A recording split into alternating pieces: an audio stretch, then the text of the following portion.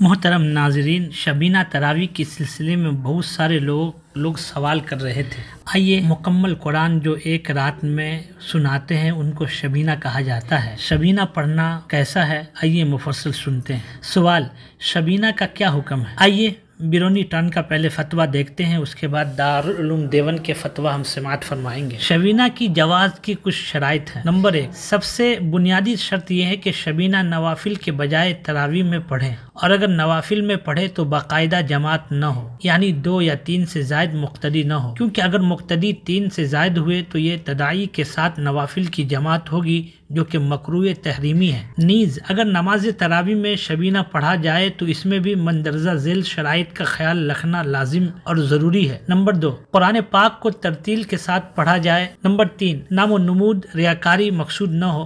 Number 4، اس کے لیے فضول خرچی نہ کرنی پڑتی ہو۔ نمبر 5، اس میں لاؤڈ اسپیکر کا بلا ضرورت استعمال نہ ہو بلکہ صرف بقدر ضرورت استعمال کیا جائے۔ نمبر 5، اس کی وجہ سے معتکف اور ذکر تلاوت اور نماز میں مشغول شخص یا آرام کرنے والے کسی بیمار کو تکلیف نہ ہو۔ نمبر 7، فرائض و واجبات کی طرح اس کی پابندی نہ ہو۔ نمبر 8، اس میں شرکت کرنے والے اپنے ذوق و شوق سے شرکت کریں، شرکت نہ کرنے پر کم ہمت ہونے کا طعن و تشنیع نہ کیا جائے۔ نمبر 10، جلدی کی وجہ سے نماز کے ارکان و شرائط کی ادائیگی میں کوتاہی نہ کی جاتی ہو۔ نمبر 11، شبینہ پڑھانے والے حضرات مشروط یا معروف طور پر اجرت نہ لے۔ نمبر 12، سننے والے کلام پاک پورے ادب و احترام کے ساتھ سنیں۔ مذکورہ بالا تمام شرائط کی رعایت رکھتے ہوئے بھی بہتر یہ ہے کہ ایک رات میں قرآن مجید ختم کرنے کے بجائے کم سے کم 3 راتوں میں ختم کیا جائے۔ آج کل شبینہ مروجہ عام طور پر مفاسد سے خالی نہیں۔ نوافل کی جماعت، نمائش و ریا، نماز تراویح اور قرآن کی بے ادبی و بے احترامی وغیرہ امور قبیحہ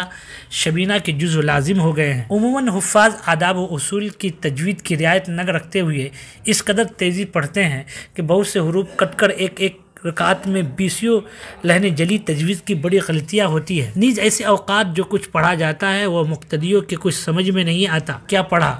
نیز بعض جگہ تو شبینہ ہوتے ہوئے بہت سے لوگ چائے پانی، ہنسی مذاق بلکہ ٹھٹا تک لگانے میں مصروف رہتے ہیں۔ ایسی صورت میں شبینہ مروجہ ناجائز ہونا ظاہر ہے۔ آئیے دارالعلوم دیوبند کا فتویٰ دیکھتے ہیں۔ سوال: شبینہ یعنی شب قدر کی کسی رات میں تراویح میں یا پورا قرآن مکمل کرنا کے بارے میں علماء دیوبند کی کیا رائے ہے؟ جائز ہے یا ناجائز؟ اگر جائز ہے تو پھر شبینہ کے ذریعے قرآن مکمل کر کے اس میں بڑی سعادت سے محرومی کیوں ہے؟ اور اگر ناجائز ہے تو اس کے جواز کی کوئی صورت ممکن ہے؟ اور ہمارے یہاں بریلوی حضرات شبینہ بڑے اہتمام سے کرتے ہیں اور ضرورت سے زائد غلو اور ریاکاری کرتے ہیں، کیا یہ جائز ہے؟ الجواب: شبینہ مروجہ عام متن مفاسد سے خالی نہیں ہوتے۔ نمائش، ریا، نماز قرآن، تراویح کی بے ادبی و بے احترامی وغیرہ امور قبیحہ شبینہ کے جزو لازم ہو گئے ہیں۔ عموماً حفاظ آداب و اصول تجوید کی رعایت نہیں رکھتے، اس قدر تیزی پڑھتے ہیں کہ بہت سے حروف کٹ کر ایک رکعت میں 20 لہن جلی غلطیاں ہوتی ہے۔ نیز بسا اوقات جو کچھ پڑھا جاتا ہے وہ مقتدیوں کی کچھ سمجھ میں نہیں آتا کہ کیا پڑھا کیا نہیں پڑھا۔ کئی مرتبہ استفتاء کے ساتھ کچھ حضرات نے شبینہ کیسٹ میں بھرا ہوا سنایا، جس سے اندازہ ہوا کہ سورہ فاتحہ میں لہن جلی سے پاک صاف نہیں پڑھی جاتی۔ بعض جگہ شبینہ ہوتے ہوئے بہت سے لوگ چائے پیتے ہیں، دکان پہ بیٹھے رہتے ہیں، سڑک پہ گھومتے رہتے ہیں، اور جب آخری رکعت ہوتی ہے تو اس میں شرکت کرتے ہیں، ہنسی مذاق کرتے ہیں۔ یہ فرضی واقعات نہیں بلکہ مشاہدات ہیں۔ ایسی صورت میں شبینہ مروجہ کا ناجائز ہونا ظاہر ہے۔